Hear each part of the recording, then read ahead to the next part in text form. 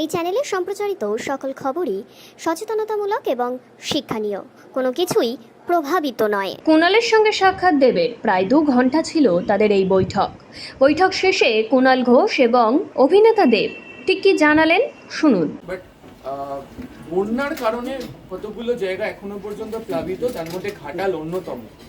তো Ghatal master plan কি এটা কি করা পুরোপুরিভাবে সম্ভব হবে? কারণ প্রচুর কোয়েশ্চেন ইতিমধ্যে উঠতে শুরু করেছে মাস্টার প্ল্যান। আমরা ইলেকশন যখন হচ্ছিল তখন আমাদের নেত্রী অভিষেক দিয়ে কথা দিয়েছিলেন বা আমরা বলেছিলাম কি ঘাটাল মাস্টার প্ল্যান এবার রাজ্য সরকার করবে। আমরা জুনে অ্যানাউন্স হয়েছে কি রেজাল্ট এসছে, জুন থেকে যদি অক্টোবর বলি 3-4 মাস, 4 মাসে। আমি এটুকু বলি কি 4 মাসে একটা ঘাটাল মাস্টার প্ল্যান করা সম্ভব।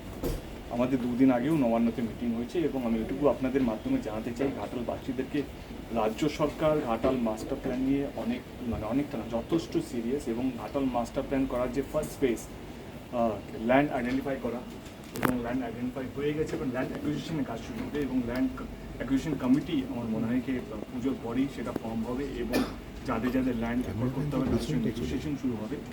এবং আমার আগের দিনই আমাদের আলোচনা হলো কি ফেব্রুয়ারি মার্চের মধ্যে আমরা কনস্ট্রাকশন ওয়ার্ক এক্সিকিউশন ওয়ার্কে সেটা আমরা নামবো। আমার মনে হয় আমাদের নেত্রী তিনি তাতে ওনার প্রেস কনফারেন্স ব্যাপারটা বেশি ভালো করে বলবেন। এটুকু বলি কি ঘাটাল মাস্টার প্ল্যানের যে কথাটা আমরা দিয়েছিলাম ইলেকশনের সময় সেটা আমরা ডেফিনেটলি রাখবো এবং খুব শীঘ্রই তার কনস্ট্রাকশন কী হয় নেগোসিয়েশন কাজগুলো কোনোদিন লোকের সামনে আসবেই নাকি, তার মানে এটাই নয় কি কাজ হচ্ছে না। কাজ যে অ্যাকচুয়াল এক্সিকিউশনের কাজ সেটা আমার মনে হয় ফেব্রুয়ারি মাস থেকে শুরু হয়ে যাবে। এবং ঘাটাল মাস্টার প্ল্যানটা 3-4 মাসের প্রজেক্ট নয়, it's a project of 4-5 years. এবং রাজ্য সরকার আমাদের নেত্রী এবং অভিষেক প্রচণ্ড সিরিয়াস এই ঘাটাল মাস্টার প্ল্যান। যে আরজিকর নিয়ে আপনার ভাবনা কি? এখনো যে কর্মবিরতি চলছে, জুনিয়র ডাক্তার এখন অনড়। No comment. আমার মনে হয় কি মানুষ যেন তার পরিষেবা পায়, যেই রোগীরা যে গরিব মানুষের তো অসুবিধা তারা যেন চিকিৎসা পায়। আমি এটা বলছি না যে তারা প্রতিবাদ করবে না, সবাই প্রতিবাদ মানে আমরা সবাই চাই যে যুক্ত আছে সরকার সে যেন শাস্তি পায়। কিন্তু এটা একটা দিক। এবং মানুষ যেন শান্তিতে থাকে, মানুষ যেন ভালো থাকে, এটা সমাজের মধ্যে আমি জনপ্রতিনিধি হিসেবে ঘাটালের জনপ্রতিনিধি হিসেবে এটাই চাই যে ঘাটাল যে বন্যাটা হয়েছে ঘাটাল থেকে যেন মানুষ বেরোতে বা বন্যা থেকে যেন মানুষ বেরোতে পারে এবং মানুষ যেন শান্তিতে থাকে। আপনি কি আবেদন করবেন এখন যে কর্মবিরতি যাতে তুলে নেয়? আর এখন তো পুজোর মরশুম, বন্যা হয়েছে, এখনই ডাক্তারদের দরকার এবং সুপ্রিম কোর্ট যেখানে নির্দেশ দিচ্ছে যে তুলে নিতে। আমার মনে হয় যে তারা তো অনেক বেশি শিক্ষিত, মানে আমার এডুকেশন ওনাদের সামনে কিছুই না। আমার মনে হয় কি ওনারা অনেক বেশি বোঝেন এবং ডাক্তার যারা হন মানে তাদের চিন্তাভাবনা আমার তোমার থেকে অনেক বেশি বড় এবং অনেক বেশি মানুষকে বাঁচানোর তাগিদ তাদের মধ্যে থাকে। এবং আমার মনে হয় কি এইটা আমার বলা থেকে আমার মনে হয় তারা বুঝতে পারছে। এবং আমার মনে হয় কি এই সময় দাঁড়িয়ে মানুষ যেন পরিষেবাটা পায়, মানুষ যেন তাদের কাছে ডাক্তারই হচ্ছে আসল ভগবান। এবং একটা ভগবানের উৎসবে আরেকটা ভগবান যদি আন্দোলন করে আমার মনে হয় সেইটা কতটা একটা ন্যায় পাওয়ার জন্য আরও কারোর সাথে অন্যায় যাতে না হয় আমার মনে হয় সেটাকে ডাক্তারদের ভাবা উচিত। এবং আমি এটা বলছি না তো আমার বলাতে কিছু যায় আসে না। না, আপনি একজন নামী অভিনেতা, সমাজে আপনার প্রভাব আছে, আপনার বার্তা। এটাই বলবো কি মানুষ যেন পরিষেবাটা পায়, মানুষ যে গরিব মানুষ বন্যা তুমি যেটা বলবে নর্থবেঙ্গল থেকে আরম্ভ করে সব জায়গায়। কারণ তুমি তো আমরা প্রাইভেট হসপিটালে গিয়েও চিকিৎসা করতে পারি। আসল ভগবানটাই আসল দুর্গার গরিব মানুষের কাছে তারাই এই ডাক্তার হয়, কিন্তু তাদের হাতেই ওই পাওয়ারটা আছে। ভগবান মানে মানুষকে বাঁচানো। আমরা তো মানুষের কাছে এটাই ভগবানের কাছে প্রার্থনা করি আমরা যেন ভালো ব্যাপারে বেঁচে থাকি, কিন্তু আসল ভগবানটা হচ্ছে এই ডাক্তার যাদের কাছে এই গরিব মানুষরা পরিষেবা পায়। আমি উৎসবে মরশুমে আমি বলবো কি একটা দুর্গা আসছে বলে আমাদের সোসাইটির মধ্যে আসল ভগবান হচ্ছে আমাদের ডাক্তার।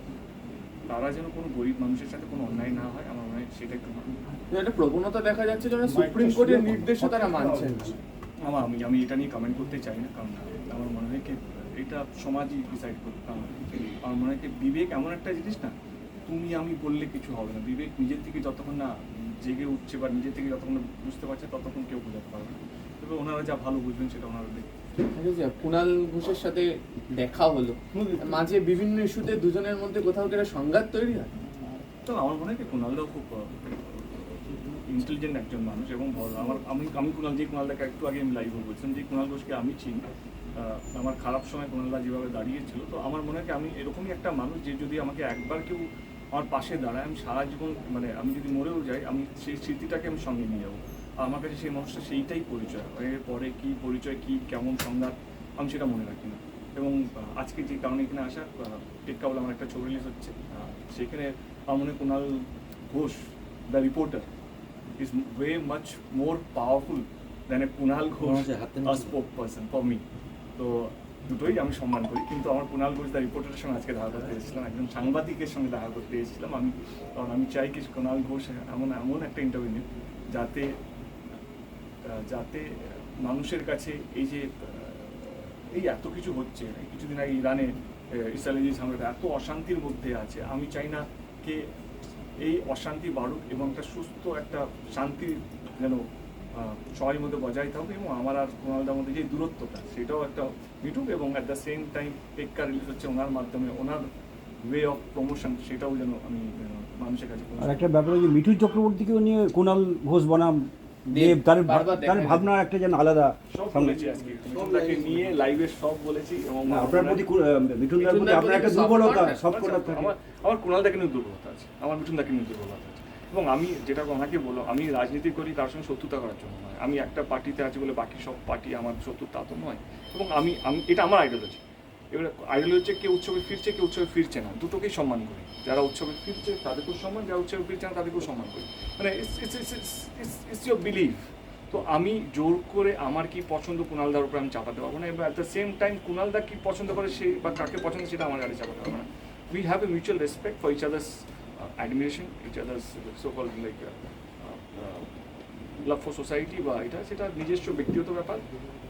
মিঠুনদা আমার কাছে যেরকম, মিঠুনদা ওনার কাছে যেরকম, সেটা ওনার মিটলো তাহলে। সুপারস্টার এবং আমার দলের সাংসদ, খুব ভালো ছেলে। আমি নিশ্চিতভাবে ওর অভিনয়ের বা ওর সিনেমাগুলোর দর্শক এবং ভক্ত।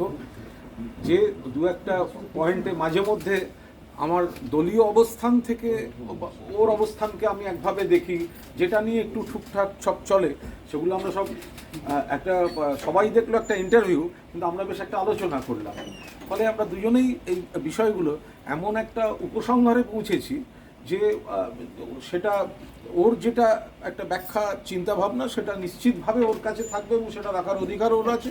আবার আমার যেটা ব্যাখ্যা সেটার অবস্থানে থাকার অধিকার আমার আছে, কিন্তু তার মানে এই নয় যে দেব এবং কুণাল ঘোষের মধ্যে কোনো দূরত্ব আছে। ওর নতুন ছবি আসছে, সেটা মানে দারুণভাবে সফল হোক, এখন সেটাই হচ্ছে প্রার্থনা।